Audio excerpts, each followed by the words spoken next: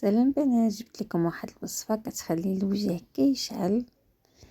عندنا صفر بيضه كنديروا عليها معلقه ديال الحليب مجفف، معلقه كبيره ديال النشا، وكنحركوا هاد المكونات مزيان كيف ما كتشوفوا. هنا كنحسوا بالخليط انه عاقد واحد شويه، كنضيفوا ليه الماء ورد، كنعاودوا نحركوا مزيان تيتجانسنا الخليط.